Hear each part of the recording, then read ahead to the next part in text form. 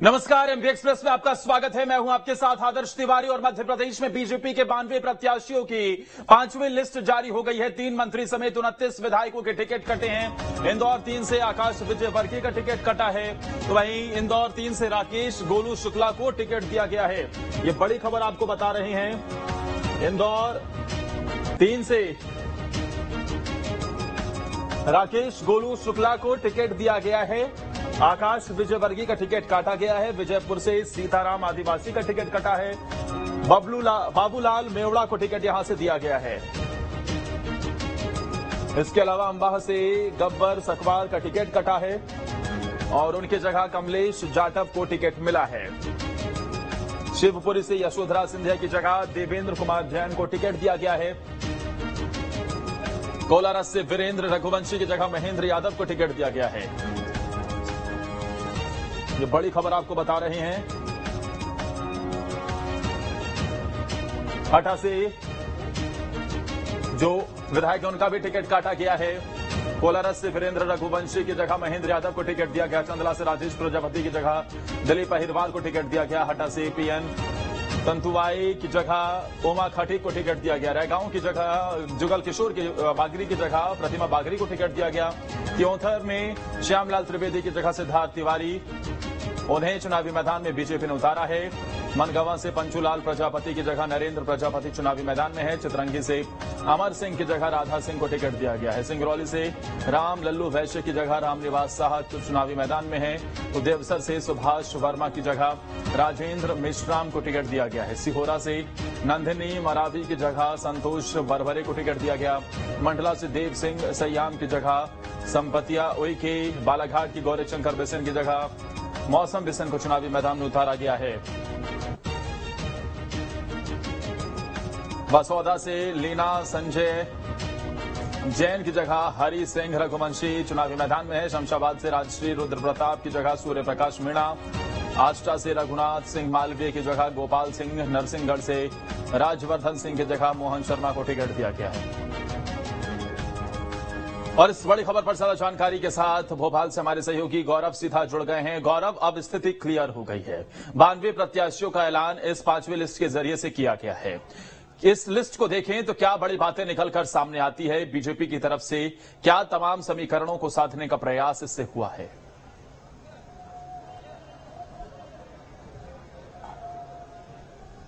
देखिए, बिल्कुल इस लिस्ट से तो साफ होता है कि जो समीकरण थे या कहें कि जिन सीटों पर बीजेपी को खतरा था, उन सीटों के लिए एक बेहतर रणनीति बनाते हुए बीजेपी ने अपने प्रत्याशियों को चुना है।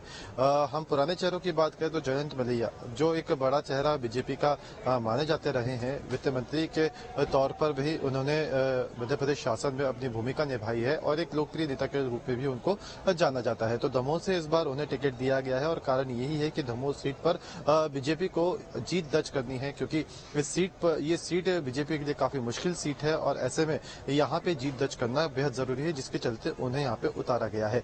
इसके अलावा अगर हम बात करें तो करीब 29 विधायक हैं जिनके टिकट काटे गए हैं, जिसमें 3 मंत्री शामिल हैं। तो ये जो टिकटों के काटने का जो कारण है वो बीजेपी का अब तक का सर्वे सामने आया है, उसके आधार पर काटा गया है। क्योंकि तमाम जो सर्वे बीजेपी की तरफ से करवाए गए थे, बीजेपी के द्वारा करवाए गए थे जमीनी स्तर पर, उसमें कई विधायक और कई मंत्री ऐसे थे जिनकी परफॉर्मेंस काफी ज्यादा खराब आई थी। उनके खिलाफ एंटी इनकम्बेंसी जो क्षेत्र में थी वो सामने आई थी, जिसके बाद से ही बीजेपी के सामने एक संकट खड़ा हो गया था कि आखिर इन सीटों पर किसे उतारा जाए। जिसके बाद तमाम मंथन किया गया और एक रणनीति बनाई गई, जिसके आधार पर जो अब तक की हमने सूची देखी है बीजेपी की, वो उसी सर्वे के आधार पर सामने हमारे आई है। आज की सूची की बात करें तो अर्चना चिट्टिस को एक बार फिर से मौका दिया गया है। इसके अलावा अगर हम बात करें तो माया सिंह को ग्वालियर पूर्व से मौका दिया गया है। विजयपुर जो श्योपुर की सीट है वहां से बीजेपी के जो मौजूदा विधायक है उनका टिकट काट दिया गया है। इसके अलावा और भी टिकट कटे हैं, जिसमें सबसे मुख्य नाम पारस जैन का भी है, जो उज्जैन से विधायक हैं और मध्य प्रदेश शासन में वो मंत्री भी रहे हैं। उनका टिकट काट दिया गया है। उनके परफॉर्मेंस को लेकर या कहें उनके खिलाफ जो क्षेत्र में वातावरण था उसको लेकर बीजेपी ने अपनी रिपोर्ट। गौरव, तमाम नाम समझ आते हैं, कई सिटिंग विधायकों के टिकट काटे गए। 3 मंत्रियों में गौरीशंकर बिसेन, वो पहले ही ये कह चुके थे कि वो शायद ये चुनाव ना लड़ें, उनकी जगह उनकी बेटी को टिकट दिया गया है। यशोधरा राजे सिंधिया ने पहले ही स्वास्थ्य कारणों का हवाला देते हुए चुनाव ना लड़ने की बात कही थी। लेकिन ओपीएस भदौरिया का अगर टिकट काटा गया है तो इसके पीछे क्या कारण हो सकते हैं?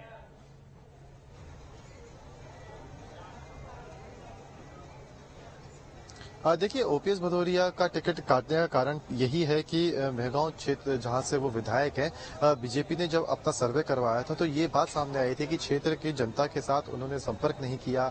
लगातार जनता के बीच में जो एक क्षेत्र के विधायक को जाना होता है वो कम्युनिकेशन उनका जनता के साथ नहीं रहा है। इसके अलावा अगर कहें तो विकास जिसके दम पर हर नेता अपने जनप्रतिनिधि के रूप में चुनकर क्षेत्र से आता है, उस विकास का अभाव जनता को अपने क्षेत्रों में महसूस हुआ और यही सब तमाम बातें जो थी बीजेपी की जो सर्वे था उसमें निकलकर सामने आई थी। एक नाराजगी ओपीएस भदौरिया की क्षेत्र में निकलकर सामने आई थी, जिसके बाद ये फैसला लिया गया कि ओपीएस भदौरिया का टिकट इस बार काटा जाए और यही वजह रही कि 28 विधायकों के भी टिकट इनके अलावा काटे गए हैं। हालांकि अगर हम यशोधरा राजे सिंधिया की बात करें तो उन्होंने साफ तौर पर खुद ही मना किया था कि वो चुनाव नहीं लड़ेंगी और गौरीशंकर बिसेन उन्होंने भी साफ तौर पर ये बात पहले कही थी कि वो चुनाव नहीं लड़ेंगे, लेकिन ओपीएस भदौरिया की बेटी को बालाघाट से अपना प्रत्याशी बीजेपी ने घोषित कर दिया है। गौरव, क्या अब टिकटों के ऐलान के बाद भोपाल में कुछ सियासी गहमा गहमी बढ़ी है?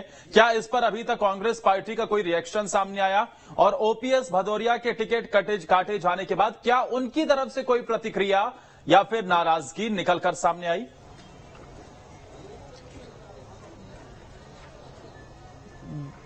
बिल्कुल, मैं आपको यही बताना चाह रहा हूं कि अब जब सूची जारी हो गई है तो कांग्रेस की भी प्रतिक्रिया आना शुरू हो गई है। कांग्रेस की एक अजीबोगरीब प्रतिक्रिया सामने आई है। कांग्रेस ने साफ तौर पर यह कहा है कि जो पुराने चेहरे थे या कहें कि जो फूटे हुए पटाखे हैं उनको बीजेपी ने अपनी इस सूची में जगह दी है। इसके अलावा अगर हम बात करें तो एक विरोध भी बीजेपी की सूची के जारी होने के बाद देखने को मिला है। मैं बताना चाहूंगा, कुछ देर पहले, इस वक्त हम बीजेपी कार्यालय में खड़े हुए हैं, कुछ देर पहले ही उमाशंकर गुप्ता के समर्थकों ने आकर यहां पे आके अपना विरोध दर्ज कराया था। बताना चाहूंगा, भोपाल की दक्षिण पश्चिम विधानसभा सीट से बीजेपी ने भगवान दास सबनानी को अपना उम्मीदवार घोषित किया है, क्योंकि दक्षिण पश्चिम विधानसभा सीट की जो टिकट थी वो अभी तक होल्ड पे रखी हुई थी, जबकि भोपाल की तमाम जो विधानसभा सीटें हैं सभी के प्रत्याशियों की घोषणा कर दी गई थी। अब भगवान दास सबनानी की को प्रत्याशी बनाए जाने के बाद उमाशंकर गुप्ता के समर्थकों ने इसका विरोध जताया है। बताना चाहूंगा, उमाशंकर गुप्ता यहां से पहले विधायक थे, लेकिन 2018 का चुनाव क्षेत्र से हार गए थे। बीजेपी ने जब इस बार सर्वे करवाया तो इस बार के सर्वे में भी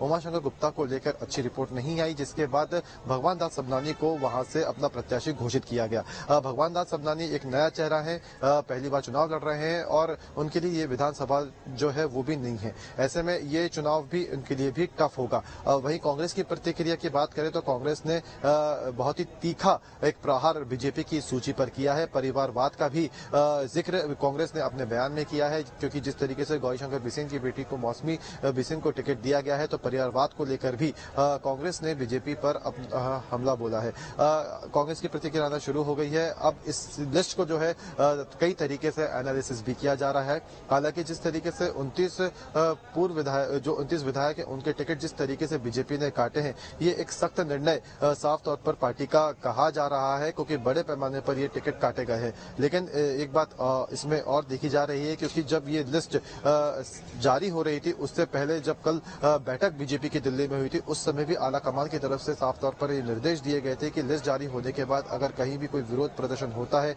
या कोई भी संगठन का कार्यकर्ता इसका विरोध करता है तो उसके खिलाफ सख्त कार्रवाई की जाए। और ये एक बहुत बड़ी वजह भी है कि 29 विधायकों के टिकट कटने के बाद अब तक कोई बड़ा विरोध मध्य प्रदेश में देखने को नहीं मिला है, लेकिन आगे हो सकता है कि विरोध भी सामने आए। हालांकि ठीक है, बहुत बहुत शुक्रिया आपका गौरव, तमाम जानकारी पहुंचाने के लिए, हमारे साथ जुड़ने के लिए। तो ये बीजेपी की तरफ से 5वीं लिस्ट जारी कर दी गई है। 92 प्रत्याशियों के इसमें नाम है, 3 मंत्रियों के टिकट काटे गए हैं, जिसमें यशोधरा राजे सिंधिया ने पहले ही चुनाव ना लड़ने की बात कही थी। तो वहीं दूसरी तरफ उनके बेटी की जगह उन्हें गौरीशंकर बिसेन की बेटी को चुनावी मैदान में उतारा गया है। तो ओपीएस भदौरिया का सर्वे के आधार पर टिकट काटा गया है, जो जानकारी दी गई है। अब आपको जरा दिखाते हैं मुख्य तौर पर लड़ाई कहां किसके बीच में। कांटे की टक्कर माया सिंह बनाम सतीश सिकरवार, ग्वालियर पूर्व की ये सीट।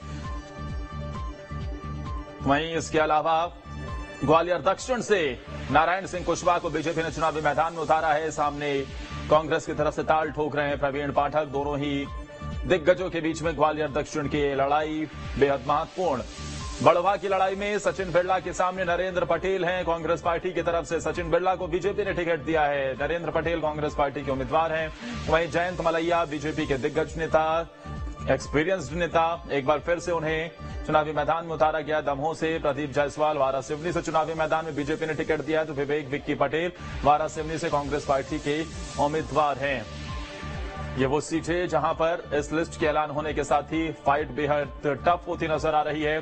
सीतासरन शर्मा होशंगाबाद से चुनावी मैदान में पूर्व विधानसभा अध्यक्ष, बीजेपी ने टिकट दिया है। इनके सामने इनके भाई गिरिजा शरण शर्मा हैं कांग्रेस पार्टी के टिकट पर। तो वहीं बुरहानपुर में अर्चना चिटनिस को बीजेपी ने उतारा है। सामने सुरेंद्र सिंह शेरा है, बुरहानपुर से कांग्रेस पार्टी के टिकट पर चुनाव लड़ रहे हैं। हालांकि सुरेंद्र सिंह शेरा का उनके ही इलाके में कांग्रेस पार्टी के ही कार्यकर्ता विरोध भी करते हुए नजर आए थे और टिकट बदलने की मांग भी की गई थी। तो वहीं नीना विक्रम वर्मा धार से चुनावी मैदान में बीजेपी की तरफ से है। सामने प्रभा गौतम है, धार से ही कांग्रेस पार्टी के उम्मीदवार हैं। इंदौर 3 ये विधानसभा सीट बेहद महत्वपूर्ण। आकाश वजयवर्गीय यहां से विधायक थे, उनका टिकट काटा गया। राकेश गोलू शुक्ला को चुनावी मैदान में उतारा गया। सामने कांग्रेस पार्टी के दीपक जोशी हैं। तो वहीं इंदौर 5 से महेंद्र हरडिया पर बीजेपी ने भरोसा जताया है। तो सामने कांग्रेस पार्टी ने सत्यनारायण पटेल को चुनावी मैदान में उतारा है।